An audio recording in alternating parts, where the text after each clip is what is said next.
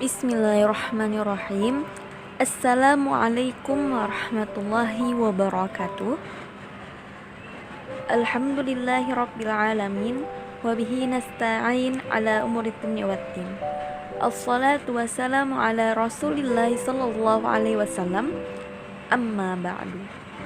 Perkenalkan, nama saya Asyifa Maulida, mahasiswi Win Antasari Banjarmasin, jurusan KPI Komunikasi Penyiaran Islam, angkatan tahun 2020 dengan NIM 21040100179. Video ini saya buat untuk menjawab pertanyaan ujian akhir semester mata kuliah retorika dan teknik khitobah yang diampu oleh Bapak Muhammad Rifat SAG MAG. Pertanyaan yang pertama, sebelum tampil berceramah, tentunya kita perlu latihan. Apa saja yang dilakukan saat latihan? Sebutkan dan jelaskan. Mengetahui materi saja tidaklah cukup. Ada beberapa persiapan yang harus kita latih saat tahap pelatihan, yaitu yang pertama yaitu olah tubuh atau latihan tubuh. Seberapa penting latihan tubuh ini? Latihan tubuh ini sangat penting karena berbicara di depan orang banyak atau di depan umum tidaklah sama seperti mengikuti lomba lari. Kita harus memastikan bahwa gerak tubuh kita atau olah tubuh kita sesuai dengan ucapan kita, tidak berlebihan maupun tidak kekurangan. Karena apa yang kita ucapkan dan apa yang kita lakukan itu menjadi pusat perhatian. Yang kedua yaitu mengatur nada bicara kita atau tinggi rendahnya suara kita. Karena apa yang orang dengar, maka itulah yang akan orang pahami. Jika cara kita menyampaikan salah, tinggi atau rendahnya nada kita itu salah, maka orang akan sulit memahaminya sehingga pidato atau ceramah yang kita sampaikan akan terhambat. Dan hindari bernapas dari tenggorokan. Usahakan bernapas dari diafragma, bukan dada ataupun bukan perut, tapi diafragma. Itu akan lebih mudah membuat kita mengurangi ketegangan dan juga cemas, dan akan membuat kita lebih nyaman untuk menyampaikan materi pidato atau ceramah kita. Yang ketiga yaitu latihan artikulasi dan pengucapan yang tepat. Artikulasi adalah pengucapan kata dengan benar dan jelas sehingga audiens bisa mendengar dengan baik dan mengerti kata-kata yang kita ucapkan. Contohnya seperti apa? Yaitu ketika kita mengucapkan huruf vokal A, I, U, E, O. Ketika kita mengucapkan huruf vokal dengan baik dan benar, maka segala kata-kata yang kita ucapkan akan mudah disampaikan dan bisa diterima serta dimengerti oleh audiens. Yang kedua, pastikan posisi mulut tidak dalam keadaan terpaksa, karena keluar masuknya udara itu membantu kita untuk mengatur artikulasi dan intonasi kita. Dan juga pastikan ketika kita membaca, intonasi serta artikulasi kita disesuaikan dengan tanda baca sehingga makna yang kita sampaikan bisa diterima oleh audiens. Yang keempat yaitu hafalkan materi pidato atau ceramah kita. Seharusnya atau sebenarnya untuk menghafalkan materi pidato atau ceramah kita ini 100% itu bukanlah hal yang dianjurkan atau diwajibkan. Namun, jika kita bisa memahami dan menghafalkannya, setidaknya kita memiliki poin-poin penting dari materi atau kerangka dari pidato yang akan kita sampaikan. Dan itu akan membantu kita agar bisa tampil lebih percaya diri dan mudah untuk menyampaikan apa yang akan kita sampaikan, sehingga kelihatan jika kita bisa menghafal dan memahaminya, maka audiens pun akan tertarik untuk mendengarkan kita dengan cara pembawaan kita sendiri. Yang kelima yaitu menuliskan isi materi kita. Cara ini adalah cara yang paling mudah dan yang paling efektif untuk memudahkan kita menghafal dan mengingat isi materi kita. Karena semakin sering kita menuliskannya, maka itu akan membantu otak kita lebih mudah mengingatnya. Dan pastikan jika kita sudah selesai menulisnya, usahakan kita terus berlatih mengasah kemampuan kita untuk mengetahui sampai mana kesiapan kita dalam menyampaikan isi materi ini. Dan jika ada bagian yang sulit untuk dihafalkan atau diingatkan, maka teruslah berulang-ulang mengingatnya, teruslah membacanya, dan teruslah memahaminya agar kita bisa mudah mengucapkan dan menyampaikan isi pidato itu. Saat kita latihan untuk mempersiapkan pidato, perhatikan beberapa faktor ini, yaitu artikulasi, intonasi, postur tubuh atau olah tubuh, serta mimik wajah kita. Karena 4 hal ini sangat-sangat mempengaruhi dari cara penyampaian kita kepada audiens. Pertanyaan yang kedua, ada berapa hal yang perlu diperhatikan ketika seseorang akan menyampaikan pidato atau ceramah? Sebutkan dan jelaskan. Berikut beberapa hal yang perlu kita persiapkan dan kita perhatikan ketika hendak berpidato di depan umum.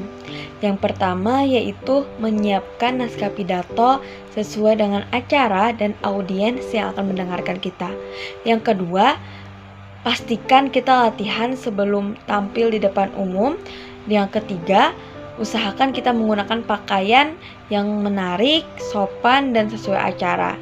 Yang keempat, usahakan kita datang tepat waktu, kalau bisa itu awal waktu, karena itu akan membantu kita lebih fokus dan percaya diri. Yang kelima yaitu melakukan pidato dengan percaya diri. Yang keenam, berusaha untuk membangun interaksi kepada audiens. Yang ketujuh yaitu berusaha untuk menguasai panggung dengan baik. Dan yang kedelapan yaitu berusaha memperbaiki kesalahan kita ketika kita berpidato, baik secara langsung maupun tidak langsung. Pertanyaan yang ketiga, dalam ceramah agama, rumor merupakan salah satu upaya menarik perhatian jamaah untuk mengatasi kejenuhan. Bagaimana sebaiknya agar rumor yang disampaikan tidak mengurangi nilai dakwahnya? Jelaskan. Humor di dalam ceramah atau pidato diibaratkan seperti bumbu penyedap di masakan. Artinya hanya sebagai penguat atau penambah dari ceramah atau pidato kita itu, tidak menjadi unsur utama yang menentukan bahwa pidato atau ceramah kita itu diterima. Adapun syarat-syarat humor, yang pertama yaitu harus sesuai dengan konteks pembicaraan, terutama tidak menyinggung, tidak menyudutkan, dan tidak menyalahkan orang lain. Yang kedua yaitu harus bisa diterima spontan oleh nalar atau akal pikiran dari pendengar.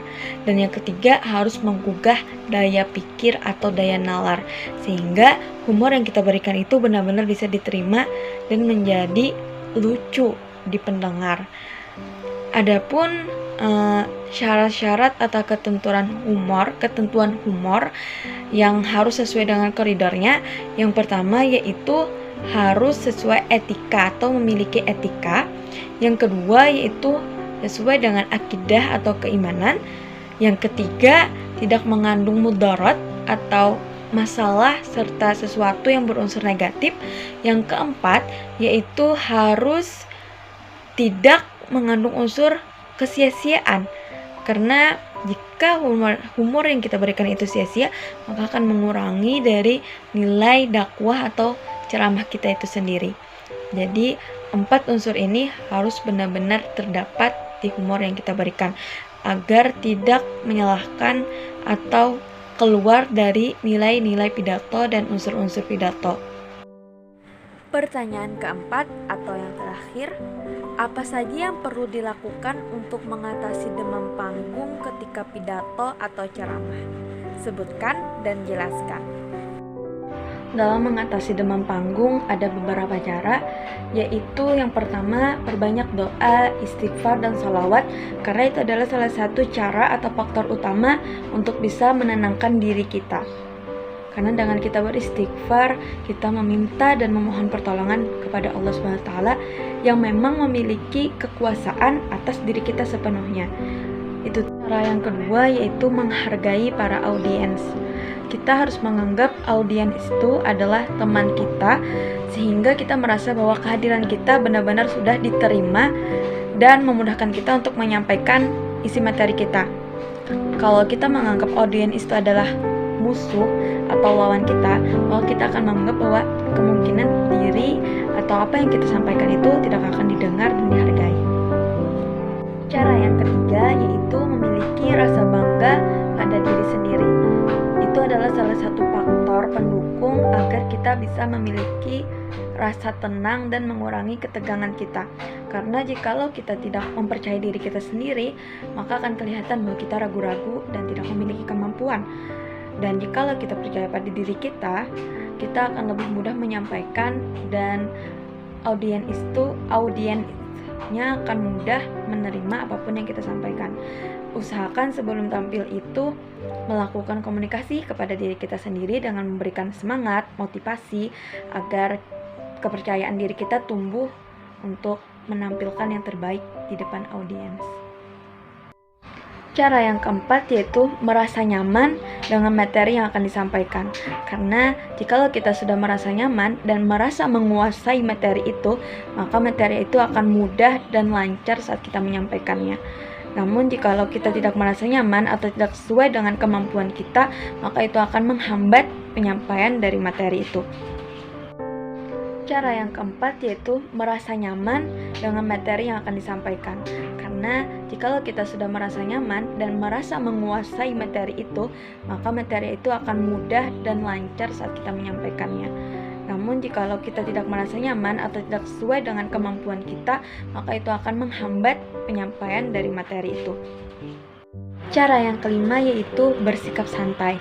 Usahakan sebelum tampil di depan umum kita harus benar-benar rileks, santai, jangan ada beban.